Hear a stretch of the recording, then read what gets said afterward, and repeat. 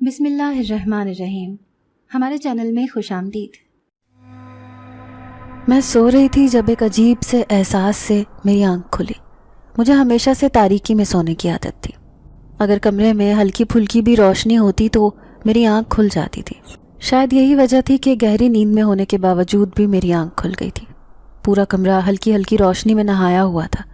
یہ دیکھ کر میں حیران رہ گئی کہ روشنی آخر کہاں سے آ رہی ہے. کھڑکی بھی بند تھی، دروازہ بھی بند تھا، کمرے کی لائٹس بھی آف تھیں، مگر پھر بھی پورا کمرہ روشنی میں نہا رہا تھا. میں نے ٹائم دیکھنے کے لیے جیسے ہی موبائل کو اٹھانے کے لیے اپنا ہاتھ آگے بڑھایا تو یہ دیکھ کر میں ہکا بکا رہ گئی. وہ روشنی میرے ہاتھ سے نکل رہی تھی. جب میں نے بازو سے شرٹ اٹھا کر اوپر کی تو یہ دیکھ کر میں حیران رہ گئی کہ وہ روشنی اس چاند کے نشان سے نکل رہی تھی. میں اپنی جگہ پر اٹھ کر بیٹھ گئی. حیران پریشان نظروں سے اس نشان کو دیکھنے لگی. یہ نشان میرے ہاتھ پر بچپن سے تھا، مگر اس سے پہلے مجھے ایسا نظارہ کبھی دیکھنے کو نہیں ملا تھا. یہ دیکھ کر میں ہک دک رہ گئی تھی. کافی دیر تک میں اس روشنی کے بارے میں سوچتی رہی کہ آخر یہ نشان کیسا ہے. میں نے اس سے پہلے کبھی بھی اس نشان پر اتنا غور نہیں کیا تھا. بچپن میں اماں سے اس بارے میں سوال کرتی تو وہ کہتی کہ یہ تمہارا پیدائشی نشان ہے. اور آج جب میں نے اس روشنی کو نکلتے ہوئے دیکھا تو میرا پریشان ہونا بنتا تھا. تھوڑی دیر کے بعد وہ روشنی کا نشان آہستہ آہستہ مدھم ہونے لگا اور پھر میں بیڈ پر لیٹ گئی. مگر یہ جو منظر میں نے دیکھا تھا وہ مجھے اپنی جگہ پر سوچنے پر مجبور کر رہا تھا. اگلے دن جب میں صبح اٹھی تو میں نے اس بات کا ذکر اماں سے کیا. وہ ہنسنے لگی، کہنے لگی تم نے کوئی خواب دیکھا ہوگا جسے تم نے حقیقت سمجھ لیا. میں نے اماں کو کہا کہ میں سچ کہہ رہی ہوں، میں جاگ رہی تھی، میں نے جاگتے ہوئے دیکھا تھا. مگر اماں نے میری بات کو بالکل ہلکے پھلکے انداز میں لیا. اس کے بعد میں نے نیٹ پر اس نشان کے بارے میں سرچ کیا کہ شاید کہیں سے مجھے کچھ مل جائے، مگر مجھے کہیں سے کچھ نہیں ملا. پھر اس بات کو کافی دن گزر گئے. جب اس کے بعد ایسا کوئی واقعہ رونما نہیں ہوا تو میں اس بات کو بھول بھال گئی. اور ایک دفعہ پھر جب میرے ہاتھ سے روشنی نکلنا شروع ہو گئی تو میں فوراً کمرے سے باہر نکلی تاکہ اماں کو یہ دکھا سکوں، کیونکہ انہوں نے پچھلی بار بھی مجھے جھٹلا دیا تھا. جب میں ان کے کمرے میں گئی تو اماں میری آدھی رات کو اپنے کمرے میں آنے کی وجہ سے پریشان ہو گئی. کیا بات ہے، تو ابھی تک سوئی کیوں نہیں؟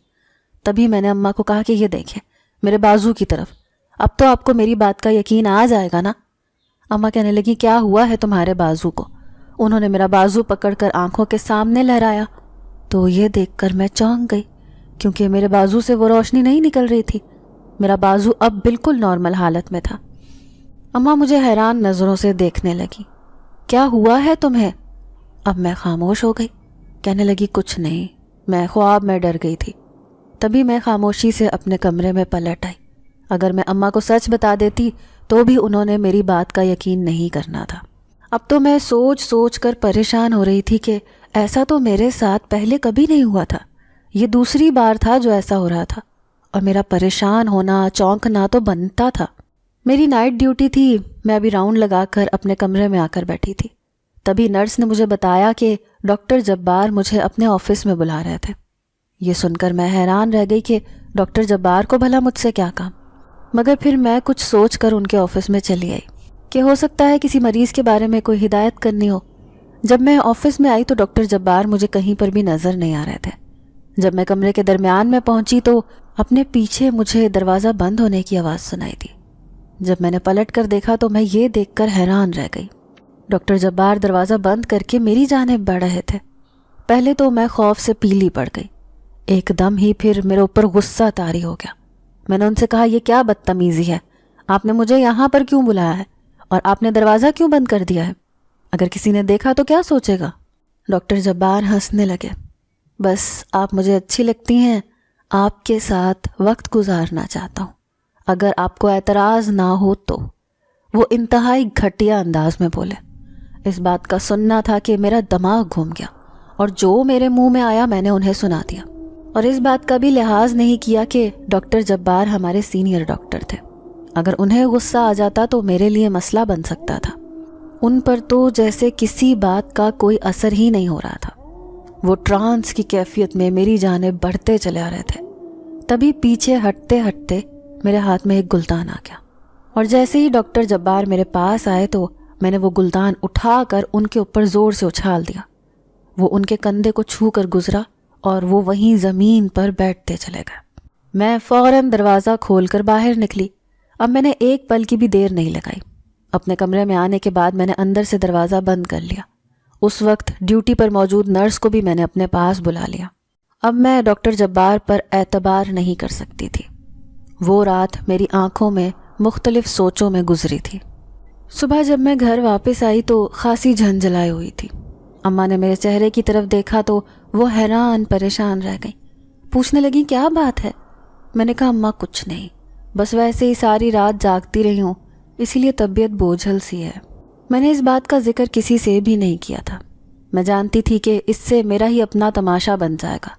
اس کے بعد ڈاکٹر جبار نے میرے ساتھ ایسی ویسی کوئی بات نہیں کی تھی۔ میں سمجھی کہ ڈاکٹر جبار کو اس بات سے نصیحت حاصل ہو گئی ہے اور وہ دوبارہ کبھی میرے ساتھ ایسا کرنے کی کوشش نہیں کریں گے، مگر یہ میری خام خیالی تھی۔ کچھ عرصے کے بعد ہی میرے ہاتھ میں ٹرانسفر لیٹر آ گیا تھا، جس کی وجہ سے مجھے دور دراز کے ایک چھوٹے سے قصبے میں موجود ہسپتال میں پہنچنے کے لیے ہدایت جاری کر دی گئی تھی۔ یہ دیکھ کر میں روحان سی ہو گئی تھی۔ اماں کو جب میں نے کہا کہ میں اتنے دور قصبے میں اکیلی کیسے رہ سکتی ہوں، میں نے تو ساری زندگی شہر میں گزاری ہے، گاؤں اور قصبے میں رہنے کے خیال سے ہی میری طبیعت خراب ہونی شروع ہو گئی ہے، تو اماں کہنے لگیں کہ قصبے اور گاؤں میں بھی تو انسان ہی رہتے ہیں، اس میں اتنا پریشان ہونے والی کوئی بات نہیں ہے، میں بھی تمہارے ساتھ چلتی ہوں۔ مگر میں نے اماں کو روک دیا اور کہا کہ کچھ ٹائم کے بعد میں آپ کو اپنے ساتھ لے جاؤں گی، فی الحال میں وہاں پر اکیلی ہی جاؤں گی۔ یوں تو میری رہائش کا بندوبست فی الحال ہسپتال میں ہی ہے، اس کے بعد کسی گھر میں میرے لیے انتظام کیا جائے گا، تب میں آپ کو اپنے ساتھ لے جاؤں گی۔ ویسے بھی ابھی آپ کا کچھ دن کے بعد ریگولر چیک اپ کروانا ہے، اور اگر آپ وہاں پر چلی گئیں تو شاید وہاں سے وقت پر پہنچنا آپ کے لیے مشکل ہوگا، اور اتنے دور کا سفر بھی آپ روز روز نہیں کر سکتی، اسی لیے جب آپ کا چیک اپ ہو جائے گا تو پھر میں آپ کو اپنے ساتھ لے جاؤں گی۔ میں نے اماں کو تفصیل سے جواب دیا اور پھر اگلے دن میں اپنی منزل کی جانب روانہ ہو گئی۔ راستے میں گاڑی خراب ہو گئی تھی، میں نے ڈرائیور کو وہیں سے واپس لوٹ جانے کا کہا، اور یوں میں بس اسٹاپ تک پہنچ گئی جہاں اس قصبے میں بسیں روانہ ہوتی تھیں۔ میرا بس میں یہ پہلا زندگی کا سفر تھا جو بہت یادگار تھا۔ جب میں اسٹاپ پر پہنچی تو ہسپتال کا چوکیدار مجھے لینے کے لیے آیا ہوا تھا۔ مجھے لے کر وہ ایک ہسپتال میں آ گیا۔ یہ ہسپتال کی بلڈنگ قدرے ویران جگہ پر تھی، آس پاس کوئی گھر نہیں تھا، آبادی کے آثار تک نہیں تھے، جبکہ میرے سینئرز ڈاکٹرز نے مجھے بتایا تھا کہ یہ ہسپتال کی عمارت گاؤں کے بیچوں بیچ تھی، آس پاس ہرے بھرے درخت اور گاؤں کے لوگوں کے کچے پکے مکانات تھے، مگر یہاں پر تو ایسا کچھ بھی نہیں تھا۔ دور دور تک جنگل تھا اور آس پاس سوائے ویرانی کے اور کچھ نظر نہیں آ رہا تھا۔ مجھے اپنے اسٹاف پر غصہ آ رہا تھا کہ انہیں مجھ سے اس قدر غلط بیانی کرنے کی کیا ضرورت تھی۔ اگر مجھے پتا ہوتا کہ ہسپتال کی بلڈنگ بالکل ہی کسی ویرانے میں ہے تو میں کبھی بھی یہاں پر نہ آتی۔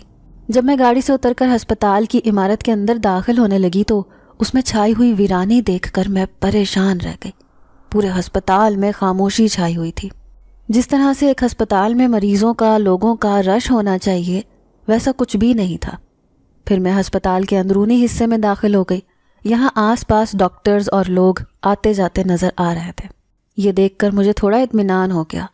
ڈاکٹرز، نرسیں اور باقی لوگ مجھے پلٹ پلٹ کر دیکھ رہے تھے۔ ان کی نظروں کو دیکھ کر مجھے عجیب سی الجھن کا احساس ہو رہا تھا۔ ان کے دیکھنے کے انداز سے ایسے لگ رہا تھا جیسے میں کوئی عجوبہ ہوں جو یہاں پر راستہ بھٹک کر آ گئی ہوں۔ میں نے زبردستی اپنے چہرے پر مسکراہٹ سجا لی، مگر ان لوگوں کے چہرے اسپاٹ ہی رہے، انہوں نے مجھ سے کوئی بات نہیں کی۔ میں پھر سینئر ڈاکٹر رضوان کا پوچھ کر ان کے آفس میں آ گئی۔ ڈاکٹر رضوان بڑی عمر کے انسان تھے، انہوں نے مجھے خوش دلی سے ویلکم کیا۔ اس پورے ہسپتال میں وہ پہلا انسان تھا جس نے مجھ سے ہنس کر بات کی تھی۔ جب میں نے اسٹاف کے عجیب رویے کی ڈاکٹر صاحب سے شکایت کی تو وہ مسکرانے لگے اور کہنے لگے کہ ہر کسی کی اپنی نیچر ہوتی ہے، ہر جگہ کا اپنا ماحول ہوتا ہے، یہ لوگ لیے دیے رہنے والے ہیں اور اپنے کام سے کام رکھتے ہیں، کچھ دنوں میں آپ اس ماحول کی عادی ہو جائیں گی اور یہ سب آپ کو عجیب نہیں لگے گا۔ میں نے پھر اپنا چارج سنبھال لیا۔ ہسپتال کی بیک سائڈ پر ایک قطار میں کمرے بنے ہوئے تھے، ان میں سے ایک کمرہ مجھے رہنے کے لیے دے دیا گیا تھا۔ کمرہ دیکھنے میں بہت خوبصورت اور آرام دہ تھا۔ میں سفر سے تھکی ہوئی تھی، اسی لیے بستر پر دراز ہو گئی، مگر نئی جگہ اور نئے ماحول میں مجھے نیند نہیں آ رہی تھی۔ کافی رات گزر گئی، نہ جانے کب میری آنکھ لگ گئی اور مجھے سوئے ہوئے تھوڑی ہی دیر گزری تھی کہ دور سے مجھے کسی کی چیخوں کی آواز سنائی تھی۔ ایسے لگ رہا تھا جیسے کسی انسان پر کوئی تشدد کر رہا ہو۔ یہ آواز سن کر میں ڈر گئی۔ خوف کی ایک سرد لہر میں نے اپنے وجود میں اترتے ہوئے محسوس کی۔ میں نے کمرے کی کھڑکی کھول کر دیکھا، دور دور تک کوئی بھی نظر نہیں آ رہا تھا، مگر آواز بدستور آ رہی تھی، اور کھڑکی کھولنے پر تو وہ آواز پہلے سے شدید ہو گئی تھی۔ کافی دیر تک وہ آواز گونجتی رہی۔ اس آواز کی شدت سے میرے کانوں میں درد ہونے لگا، اور پھر میں کھڑکی بند کر کے اپنے بستر پر آ کر دراز ہو گئی، مگر خوف کی وہ کیفیت ابھی تک مجھے اپنے دل میں محسوس ہو رہی تھی۔ پھر جب وہ شور کی آواز بند ہو گئی تو ایک دم پورے ماحول میں سکوت طاری ہو گیا، اور میں پرسکون سی ہو کر سو گئی۔ صبح میری آنکھ دروازہ کھٹکھٹانے کی آواز پر کھلی۔ جب میں کمرے سے باہر آئی تو سامنے ہی چوکیدار کھڑا تھا۔ وہ کہنے لگا کہ کافی دیر ہو گئی ہے، آپ کی ڈیوٹی کا ٹائم شروع ہو گیا ہے۔ یہ سن کر میں شرمندہ ہو گئی، فوراً سے تیار ہو کر ہسپتال میں آ گئی۔ جب میں ڈاکٹر رضوان کے آفس میں آئی تو مجھے اس بات کا خدشہ تھا کہ شاید وہ مجھے دیر سے آنے پر ڈانٹ دیں، مگر انہوں نے ایک مسکراہٹ سے میرا خیر مقدم کیا۔ مجھ سے حال چال پوچھنے کے بعد اپنے کام سے چلے گئے۔ میں آج ڈیوٹی پر تھی تو میں تمام وارڈز میں مریضوں سے حال احوال دریافت کرنے لگی، ساتھ ساتھ میں اپنا سب سے تعارف بھی کروا رہی تھی۔ ایک کمرے میں جب میں آئی تو وہاں ایک 14-15 سال کی ایک بچی تھی۔ اس بچی کو دیکھ کر میں ٹھٹک گئی۔ وہ بہت ہی زیادہ خوبصورت تھی۔ اس کا رنگ بے تحاشا گورا، نیلی آنکھیں اور سنہری بال، وہ کسی گڑیا کی طرح تھی۔ اسے دیکھ کر بے ساختہ مجھے اس پر پیار آ گیا، اور میں اس کے پاس آ کر بیٹھ گئی، اس سے باتیں کرنے لگی۔ وہ لڑکی مجھے بہت اچھی لگ رہی تھی۔ تبھی میں اس سے ادھر ادھر کی باتیں کر رہی تھی۔ تب اس نے مجھ سے میرے بارے میں پوچھا کہ آپ کون ہیں؟ میں نے جب اس سے اپنا تعارف کروایا تو وہ مجھے کہنے لگی کہ آپ کہاں سے آئی ہیں؟ میرے شہر کا نام سن کر اس کی آنکھوں میں حیرت پھیل گئی۔ اس کی بات سن کر میں چونک گئی۔ وہ کہنے لگی کہ اس کا مطلب ہے کہ آپ انسان ہیں۔ میں اس کی بات پر مسکرا کے رہ گئی۔ کہنے لگی کہ ہم سب انسان ہی تو ہیں۔ یہ کیا بات آپ نے بولی؟ اس کے ساتھ ایک بوڑھی عورت تھی جو کہ غالباً اس کی دادی تھی۔ وہ کہنے لگی کہ یہ بس ایسے ہی بولتی رہتی ہے، آپ اس کی بات کو محسوس نہ کرنا۔ وہ بچی کو آنکھیں دکھاتے ہوئے بولی۔ مجھے بڑی اماں کا یہ رویہ غیر مناسب لگا۔ میں نے ان سے کہا کہ میں نے بچی کی بات کا برا نہیں منایا، اور بچے تو عجیب و غریب باتیں کرتے ہی رہتے ہیں۔ اگر ان کی کوئی بات بری لگے تو ان کو پیار سے سمجھایا جاتا ہے، یوں ڈانٹا نہیں جاتا۔ اور اس کے بعد میں ایک ایک کر کے سب کمروں میں چیک کرنے لگی تو سبھی مریض، نرسیں، ڈاکٹرز مجھے حیران نظروں سے دیکھنے لگے۔ ان کی نظروں سے میں خائف ہو کر رہ گئی۔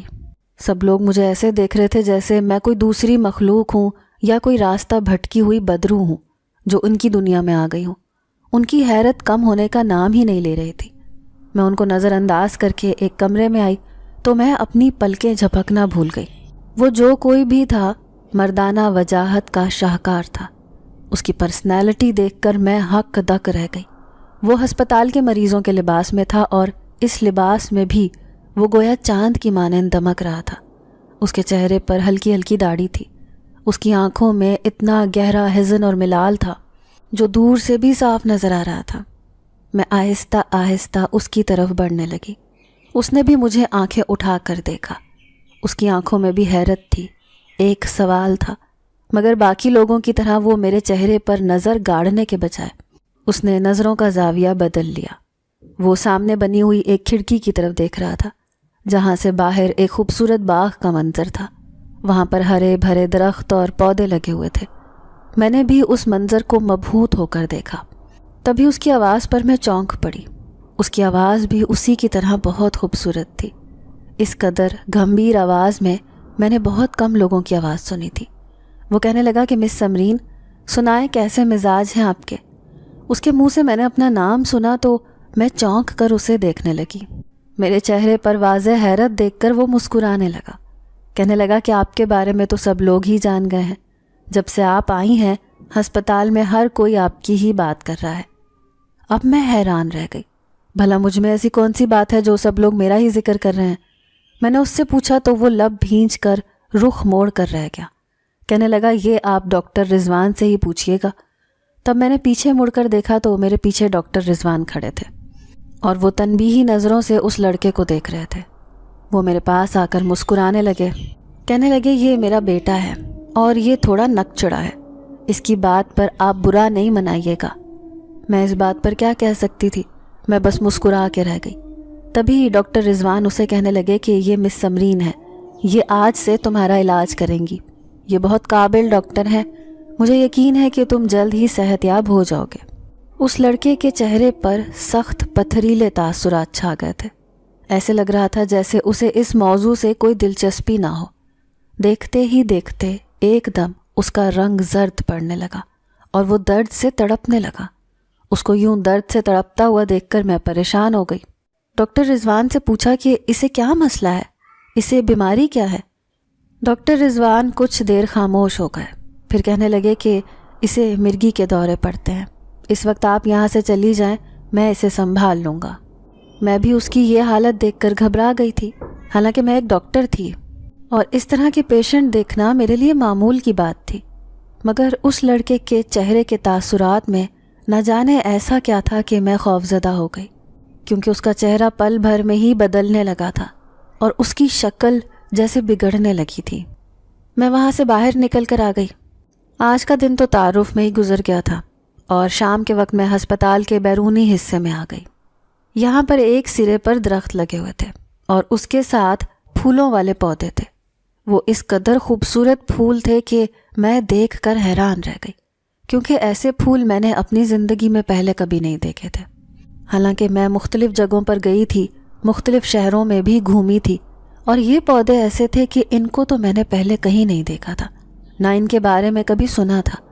میں اس پر حیران ہو ہی رہی تھی، تبھی وہاں پر ڈاکٹر رضوان آ گئے۔ کہنے لگے کہ آپ یہاں پر کیا کر رہی ہیں؟ میں نے ان سے پودوں کا ذکر کیا کہ میں ان کو دیکھ کر حیران ہو رہی ہوں، کیونکہ میں نے ایسے پودے کہیں نہیں دیکھے۔ ڈاکٹر رضوان کہنے لگے کہ یہ پودے بہت دور سے منگوائے گئے ہیں، یہ نیپال کے جنگلات میں پائے جاتے ہیں۔ ہمارے سینئر ڈاکٹرز ایک بار نیپال کسی کام سے گئے تھے، انہیں یہ پودے پسند آئے تو وہ لے کر آ گئے، اور پھر یہ پودے بھی اس زمین میں پھل پھول کر بڑے ہونے لگے، اور آپ کی طرح جو بھی ان کو دیکھتا ہے وہ چونک جاتا ہے۔ اس کے بعد میں اپنے کمرے میں آ گئی، بستر پر دراز ہو گئی۔ میں نے موبائل نکالا تاکہ امی سے اور دوستوں سے بات کر سکوں، مگر یہ دیکھ کر میں جھنجھلا کر رہ گئی، کیونکہ موبائل پر سگنل ہی نہیں آ رہے تھے۔ میں نے موبائل کو آف کر کے آن کیا، مگر پھر بھی سگنل ندارت تھے۔ تبھی مغرب کی اذان ہونے لگی تو میں نے نماز پڑھ کر دوبارہ سے موبائل اٹھایا، مگر ابھی تک سگنل نہیں تھے۔ یہ دیکھ کر میں سوچ میں پڑ گئی کہ امی تو میری وجہ سے پریشان ہو رہی ہوں گی، کیونکہ میں نے تو انہیں ایک بار بھی اپنی خیریت کی اطلاع نہیں دی تھی۔ یہ سوچ کر میں موبائل اٹھا کر کمرے سے باہر آ گئی۔ پورے ہسپتال کی عمارت میں نے گھوم پھر کر دیکھ لیا، مگر سگنل آ ہی نہیں رہے تھے۔ میں اب ہسپتال کی عمارت سے باہر نکل آئی، تھوڑی دور تک چلنے لگی۔ چلتے چلتے میں کافی دور نکل آئی۔ اب جب میں نے دیکھا تو موبائل پر سگنل آ رہے تھے۔ جیسے ہی میں نے اپنا واٹس ایپ کھولا تو ڈھیروں ڈھیر میسیجز تھے۔ اسی وقت میرے نمبر پر کال آنے لگی، وہ ایک ان نون نمبر تھا۔ جیسے ہی میں نے کال ریسیو کی تو دوسری طرف کوئی اجنبی مرد تھا۔ ہیلو مس سمرین، کیسی ہیں آپ اور کہاں پر ہیں؟ میں نے اس کی بات سنی تو سوچنے لگی کہ یہ کون ہے اور مجھ سے یہ کیوں پوچھ رہا ہے کہ میں کہاں پر ہوں۔ تب میں نے اس سے معذرت کی اور کہا کہ میں نہیں جانتی کہ آپ کون ہیں۔ وہ کہنے لگا کہ میں نور پور قصبے کے جو سرکاری ہسپتال ہے وہاں کا سینئر ڈاکٹر ہوں۔ مجھے اطلاع ملی تھی کہ آپ آج ہسپتال پہنچ جائیں گی، لیکن ابھی میں نے یہیں تک بات سنی تھی کہ ایک دم کال بند ہو گئی۔ جب میں نے دیکھا تو موبائل سے سگنل پھر سے اڑ گئے تھے۔ اب میں سگنل کی تلاش میں ادھر ادھر گھومنے لگی اور تھوڑا مزید آگے چلی آئی۔ یہاں قریب ہی جنگل کا سلسلہ تھا۔ ایک پل کو تو میرے دل میں ڈر جاگ گیا کہ کہیں ایسا نہ ہو کہ اس جنگل سے کوئی جنگلی جانور آ کر مجھے نقصان پہنچا دے، مگر پھر اس کال کی وجہ سے میں چونک کر رہ گئی تھی۔ اس شخص کی بات نے مجھے حیران کر دیا تھا۔ میں تو ہسپتال میں پہنچ گئی تھی، تو یہ شخص کون تھا اور یہ مجھے کہاں پہنچنے کی بات کر رہا تھا؟ مجھے اپنے پیچھے ایک کھٹکا محسوس ہوا۔ میں نے جب دیکھا تو میرے منہ سے چیخ نکل گئی، کیونکہ وہ بہت ہی خوفناک جانور تھا جو میرے قریب کھڑا تھا۔ وہ ایک ریچھ کی جسامت کا تھا اور اس کی شکل و صورت بہت ہی زیادہ عجیب تھی۔ اسے دیکھ کر میں زور زور سے چیخنے لگی، اور وہ بھی جیسے مجھ پر حملہ کرنے کو تیار تھا۔ جیسے ہی اس نے مجھ پر حملہ کرنے کے لیے اپنی جگہ سے جمپ اٹھایا تو ایک دم وہ چیختے ہوئے وہاں سے بھاگنے لگا، اور میں نے جب سامنے دیکھا تو سامنے سے ڈاکٹر رضوان چلے آ رہے تھے۔ ان کے چہرے پر برہمی کے تاثرات تھے۔ انہوں نے اپنے لہجے کو بڑی حد تک نرم بنانے کی کوشش کی، مگر پھر بھی اس سے سختی عیاں تھی۔ وہ مجھ سے کہنے لگے کہ کیا میں آپ سے پوچھ سکتا ہوں کہ آپ بنا بتائے ہسپتال کی عمارت سے باہر کیوں آ گئی؟ کیا آپ کو نہیں پتا کہ یہ جنگل ہے اور یہاں پر طرح طرح کے جنگلی جانور ہیں، اور اگر آپ کو کوئی نقصان پہنچ جاتا تو ہمیں اس کے لیے جواب دہ ہونا پڑتا؟ یہ سن کر میں شرمندہ ہو گئی۔ جو بھی تھا میں ان کی ذمہ داری تھی، اور مجھے ہسپتال کی عمارت سے یوں باہر نہیں آنا چاہیے تھا۔ یہ سنسان علاقہ تھا، یہاں پر تو کوئی بھی حادثہ ہو سکتا تھا۔ میں نے ان سے معذرت کی اور واپسی کے لیے چلنے لگی۔ باتوں باتوں میں ان سے ذکر کیا کہ یہ جانور بہت ہی زیادہ خوفناک تھا، اور اگر آپ نہ آتے تو نہ جانے کیا ہوتا۔ میری بات سن کر وہ کہنے لگے کہ وہ کوئی خطرناک جانور نہیں تھا، بس اگر آپ اسے پتھر اٹھا کر مارتی تو وہ وہاں سے بھاگ جاتا۔ میں نے بھی اسے پتھر ہی مارا تھا، تبھی وہ وہاں سے بھاگ گیا، مگر میں نے اتنا عجیب جانور پہلے زندگی میں کہیں نہیں دیکھا تھا۔ میری نظروں میں اس کی شکل پھر سے گھوم گئی۔ مجھے سمجھ نہیں آ رہی تھی اس جانور کا نام کیا ہے۔ ڈاکٹر رضوان میری بات پر مسکرانے لگے، کہنے لگے کہ ابھی آپ کی سمجھ میں یہ باتیں نہیں آئیں گی۔ ان کی بات پر میں نے حیرت سے انہیں دیکھا۔ ان کی بات مجھے سمجھ میں نہیں آئی تھی، مگر میں نے اس پر کچھ بھی نہیں کہا۔ تھوڑا دور چلنے کے بعد میں نے موبائل دیکھا تو ابھی تک سگنل نہیں تھے۔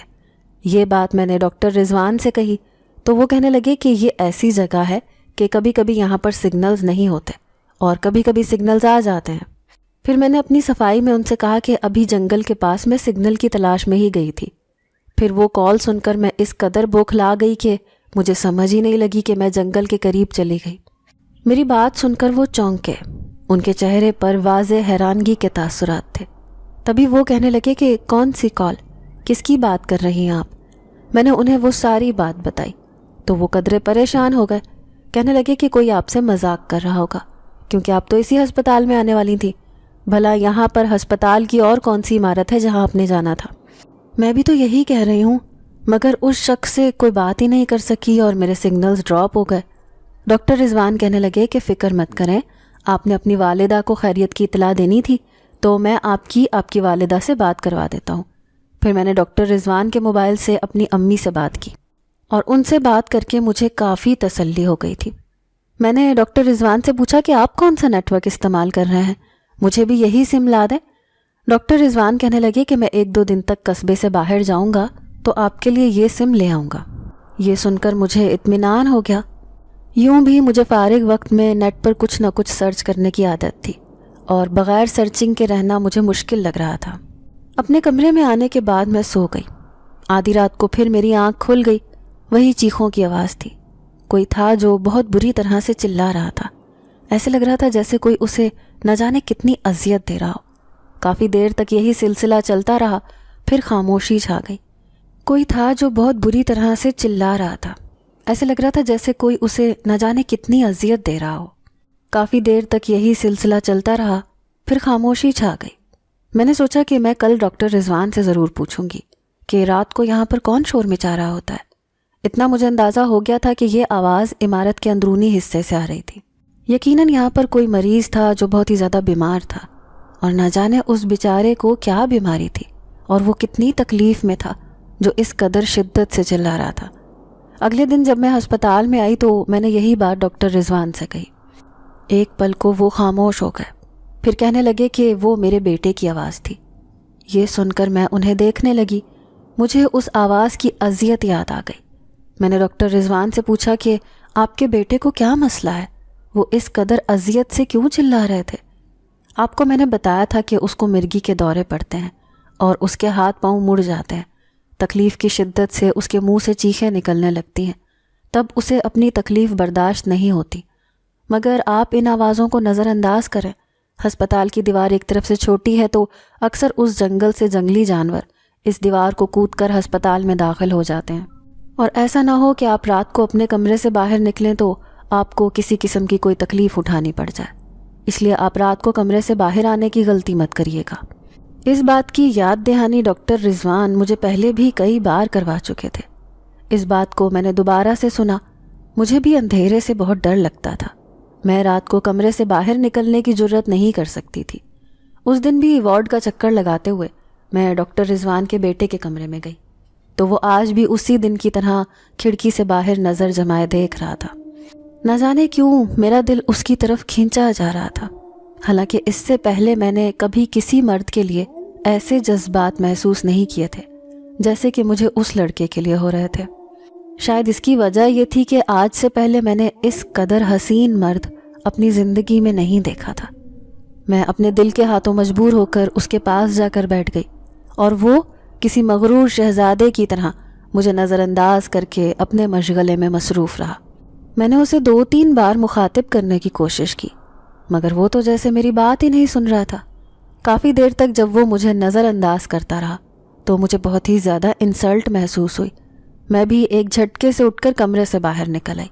میں نے فیصلہ کیا کہ آج کے بعد میں اس کے کمرے میں نہیں جاؤں گی اور نہ ہی اس کا حال احوال دریافت کروں گی۔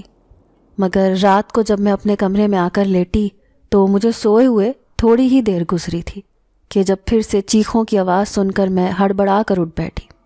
آج ان چیخوں میں پہلے سے زیادہ شدت تھی اور آج وہ درد سے بری طرح چلا رہا تھا، اور آج تو ان چیخوں کا دورانیہ بھی پہلے سے بڑھ گیا تھا۔ میں پہلے تو نظر انداز کرتی رہی مگر اب جب مجھے پتا تھا کہ یہ دردناک آواز کس انسان کی ہے تو میں پھر اس بات کو نظر انداز نہیں کر سکی۔ جب میں کمرے سے باہر نکلی تو پورے ہسپتال کی عمارت اندھیرے میں ڈوبی ہوئی تھی۔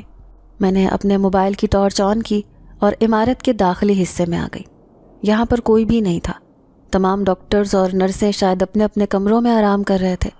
تبھی میں پھر ادھر ادھر دیکھے بغیر سیدھا اس لڑکے کے کمرے میں گئی، اور جب میں اس کے کمرے میں آئی تو کمرہ اندھیرے میں ڈوبا ہوا تھا۔ میں نے کمرے کی روشنی آن کر دی اور جو منظر میں نے دیکھا، میرے حلق سے چیخیں نکلنا شروع ہو گئی تھیں۔ اس بیڈ پر اس لڑکے کی جگہ ایک بہت ہی عجیب و غریب مخلوق تھی جس کے پورے جسم پر بال ہی بال تھے، اور وہ آوازیں اس مخلوق کے منہ سے نکل رہی تھیں۔ وہ بری طرح سے چلا رہی تھی، درد سے تڑپ رہی تھی۔ میرے لائٹ آن کرنے پر ان آوازوں کی شدت میں اضافہ ہو گیا اور میں اس ہیبت ناک منظر کی تاب نہ لا سکی اور وہیں پر گر کر بے ہوش ہو گئی۔ جب مجھے ہوش آیا تو میں اپنے کمرے میں تھی۔ میرے پاس ہی کرسی پر ڈاکٹر رضوان بیٹھے ہوئے تھے۔ انہوں نے اپنے بازو کا اسٹینڈ بنا کر ہتھیلی پر اپنا چہرہ رکھا ہوا تھا اور آنکھیں بند کر کے جیسے کچھ سوچنے میں مگن تھے۔ میں ایک دم اٹھ کر بیٹھ گئی۔ تبھی ڈاکٹر رضوان نے اپنی آنکھیں کھولی۔ ان کی بے تحاشا سرخ آنکھیں دیکھ کر میں ڈر گئی۔ رات والا منظر آنکھوں کے سامنے لہرا گیا۔ ڈاکٹر رضوان نے مجھ سے میری طبیعت کے بارے میں پوچھا تو میں پھوٹ پھوٹ کر رو پڑی کیونکہ میں بری طرح سے خوف کے زیر اثر تھی۔ ڈاکٹر رضوان کافی دیر تک مجھے اس طرح سے روتے دیکھتے رہے۔ پھر جب میری حالت سنبھل گئی تو انہوں نے مجھے پانی کا گلاس دیا۔ پانی پی کر میرے حواس قدرے بحال ہوئے۔ میں نے ڈاکٹر رضوان کو اپنا آنکھوں دیکھا واقعہ بتایا۔ مجھے لگا تھا کہ ڈاکٹر رضوان میری بات سن کر پریشان ہو جائیں گے اور وہ بھی حیران رہ جائیں گے، مگر ایسا کچھ نہ ہوا۔ ڈاکٹر رضوان نے تحمل سے میری بات سنی۔ کہنے لگے کہ آپ کو میں نے منع کیا تھا کہ آپ کمرے سے باہر مت نکلنا، تو آپ نے میری بات کیوں نہیں مانی؟ میرے پاس اس بات کا کوئی جواب نہیں تھا۔ جب انہوں نے اپنا سوال دہرایا تو میں انہیں کہنے لگی کہ میں آواز سن کر رہ نہیں سکی، اس لیے اپنے کمرے سے باہر نکلی تھی، کیونکہ آپ کے بیٹے کی آواز میں بہت درد تھا، بہت تکلیف تھی۔ مجھ سے اس کی تکلیف دیکھی نہیں گئی، اس لیے میں اس کے کمرے میں گئی، مگر مجھے کیا پتا تھا کہ جو منظر مجھے دیکھنے کو ملے گا اسے میں قیامت تک نہیں بھول پاؤں گی، اور وہاں آپ کے بیٹے کے بجائے کوئی اور ہی مخلوق ہوگی۔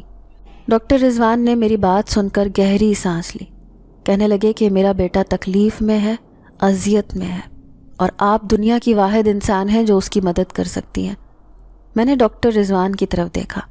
رات کو جو منظر میں نے دیکھا تھا وہ منظر میری نگاہوں کے سامنے گھوم گیا۔ مگر ڈاکٹر رضوان، وہ تو کوئی عجیب سی مخلوق تھی جو بری طرح سے چلا رہی تھی۔ ڈاکٹر رضوان کہنے لگے کہ دراصل وہ عجیب مخلوق ہی میرا بیٹا تھا۔ آپ نے اس کا اصل روپ دیکھا تھا، اور جب درد کی شدت سے وہ بے حال ہو جاتا ہے تو اس کا روپ بدل جاتا ہے، اسی لیے آپ کو میں نے اس دن اس کے کمرے میں جانے کو بول دیا تھا۔ میں نہیں چاہتا تھا کہ وقت سے پہلے آپ کو کچھ پتہ چلے. میرا منہ کھلے کا کھلا رہ گیا. تو آپ کا مطلب ہے کہ ہاں، ہم لوگ تمہاری طرح انسان نہیں، ہم لوگ قبیلہ جنات سے تعلق رکھتے ہیں. مجھے ڈاکٹر رضوان کی بات پر یقین نہیں آ رہا تھا. میں نے انہیں حیرت سے سر سے لے کر پاؤں تک دیکھا تو وہ کہنے لگے کہ ہم انسانی روپ میں تمہارے سامنے رہ رہے ہیں مگر ہم جنات ہیں. تمہیں یہاں پر لانے کا مقصد یہ ہے کہ مجھے تمہاری مدد کی ضرورت ہے. میرا بیٹا جس تکلیف میں، جس اذیت میں ہے، تم ہی اسے اس تکلیف سے نجات دلا سکتی ہو. مجھے یقین نہیں آ رہا تھا کہ یہ سب سچ ہے، مگر ڈاکٹر رضوان کے چہرے کی سنجیدگی بتا رہی تھی کہ وہ سچ کہہ رہے ہیں. مجھے خاموش دیکھ کر وہ کہنے لگے کہ پچھلے کئی دنوں سے میرا بیٹا ایک ایسی تکلیف میں ہے جس کا علاج کسی بھی طاقتور سے طاقتور جن کے پاس بھی نہیں تھا. میں نے ہر جگہ سے اس کا علاج کروایا مگر اسے کوئی افاقہ نہیں ہوا اور کسی کو یہ سمجھ نہیں آ رہا تھا کہ اس کا علاج کیسے ممکن ہے. تبھی ایک عمر رسیدہ جن سے جب میں نے اپنے بیٹے کا ذکر کیا تو وہ کہنے لگے کہ ایک انسانی لڑکی تمہارے بیٹے کا علاج کر سکتی ہے. انہوں نے اس کی ایک نشانی بتائی کہ اس کی دائیں کلائی پر چاند کا نشان بنا ہوگا جس سے 14ویں کی رات روشنی نکلتی ہوگی. یہ بات سن کر میں نے فوراً اپنی دائیں کلائی کو دیکھا تھا. ڈاکٹر رضوان کہنے لگے کہ پھر میں نے اس لڑکی کی تلاش میں پوری دنیا ڈھونڈ لی مگر وہ لڑکی کہیں بھی نظر نہیں آ رہی تھی. میں بہت پریشان تھا کہ نہ جانے میرا بیٹا کب تک اس اذیت اور تکلیف میں رہے گا. میرے بیٹے کو یہ بیماری کچھ عرصہ پہلے ہی ہوئی ہے اور اس دن جب تم اس گاؤں کی طرف آ رہی تھی تو اس دن میں نے ایک خاص حصار کیا تھا جس سے میں اس لڑکی کو ڈھونڈ سکتا تھا. تبھی میری نظر تم پر پڑی. مجھے اندازہ ہو گیا کہ تم کون ہو اور کیا کرتی ہو. خوش قسمتی سے تم اسی طرف آ رہی تھیں. تبھی میں نے اپنے ایک چوکیدار کو تمہیں لینے کے لیے بھیجا اور یہ سارا کچھ میں نے اپنے بیٹے کے لیے کیا.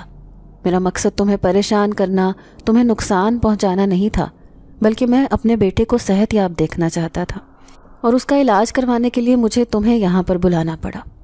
میں تمہیں 1-2 دن تک سچ بتا دیتا. میرا مقصد تمہیں بے خبری میں رکھنا نہیں تھا بلکہ وقت سے پہلے تمہیں بتا کر تمہیں پریشان نہیں کرنا چاہتا تھا کیونکہ میرا اندازہ تھا کہ تم یہ سب سن کر ڈر جاؤ گی. ڈاکٹر کی یہ بات صحیح تھی.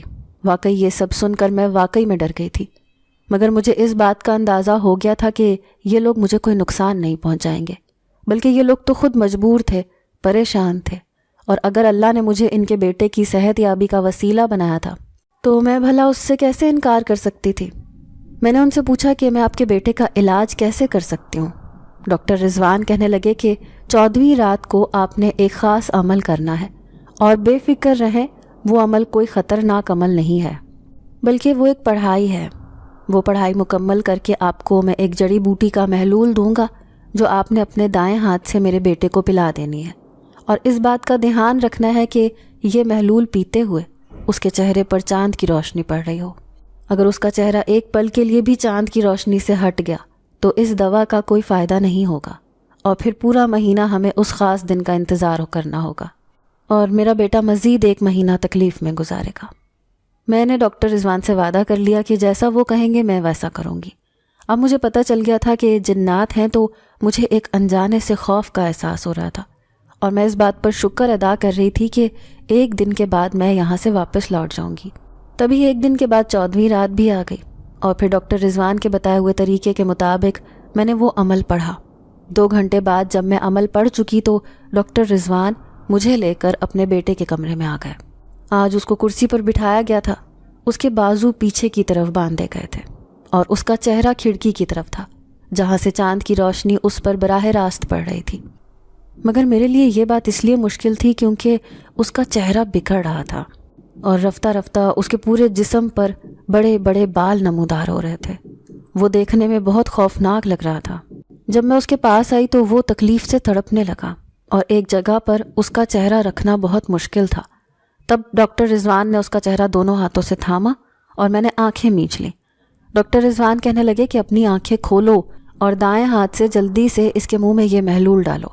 وہ دیکھو، تمہیں ڈرنے کی کوئی ضرورت نہیں ہے، میں تمہارے ساتھ ہوں، تمہیں کوئی نقصان نہیں پہنچے گا.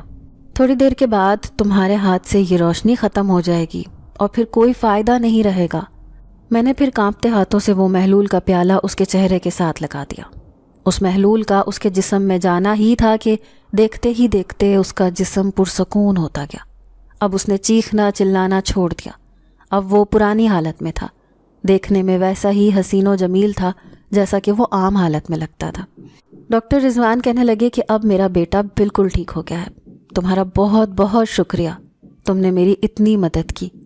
میں نے ایک گہری نظر, ایک آخری نظر اس کے چہرے پر ڈالی اور پھر اپنے کمرے میں آ گئی.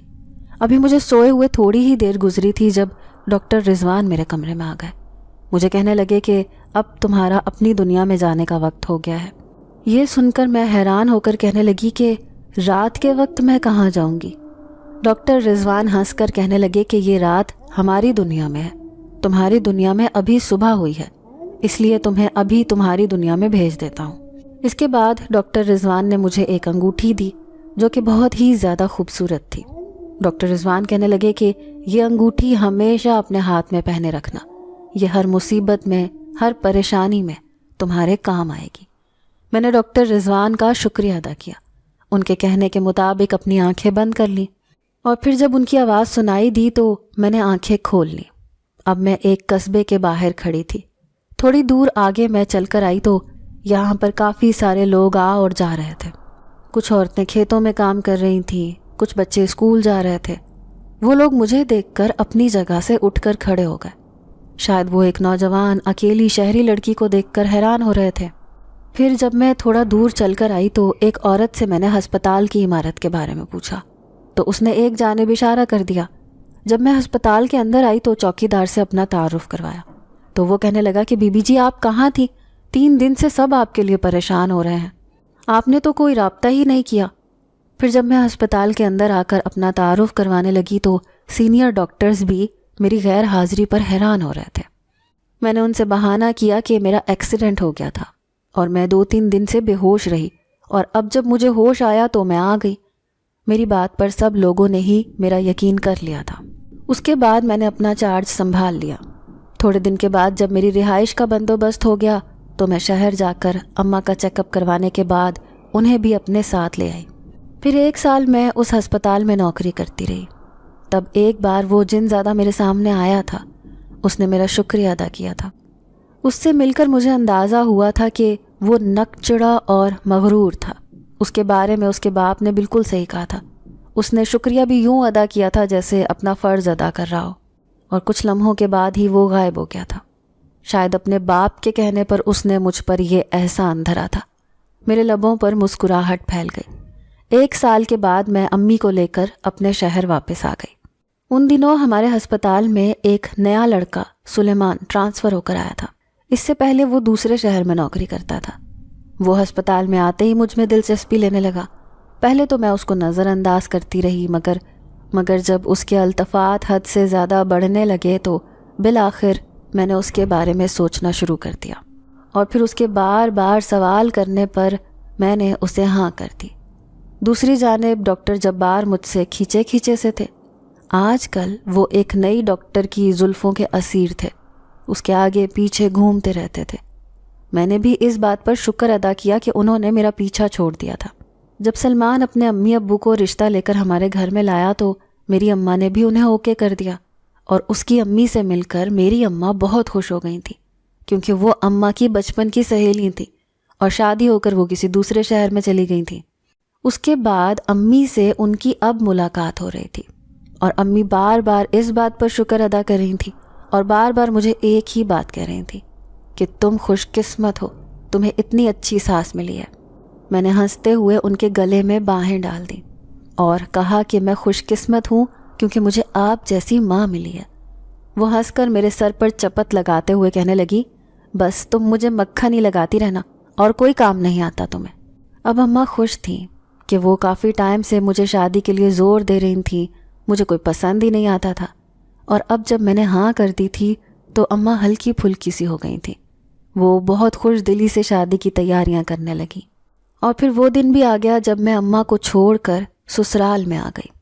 مجھے اس بات کا ڈر تھا کہ نہ جانے وہ لوگ اماں سے مجھے ملنے بھی دیں گے یا نہیں, مگر شادی کے بعد ہر دوسرے دن میری ساس مجھے خود اماں کے گھر لے کر آتی تھی, اور وہ دونوں آپس میں باتیں کرتی رہتی اور میں منہ بنائے ان دونوں کو دیکھتی رہتی تھی. اور جب میں اس بات کا شکوہ کرتی تو وہ دونوں زوردار قہقہا لگا کر ہنس پڑتی اور کہتی کہ تم ہم دونوں سہیلیوں سے جلنا چھوڑ دو اور اپنے میاں کو قابو میں رکھنے کی کوشش کرو۔ میں اس بات پر اپنا سا منہ لے کر رہ جاتی تھی۔ ناظرین، اگر آپ کو آج کی یہ کہانی اچھی لگی ہو تو ویڈیو کو لائک ضرور کریں۔ اگر آپ کو ایسی دہشت ناک دل کو جکڑ دینے والی کہانیاں پسند ہیں تو ایسی ایک کہانی روزانہ سننے کے لیے ہمارے چینل کو سبسکرائب کریں۔ اجازت چاہتے ہیں، اللہ حافظ۔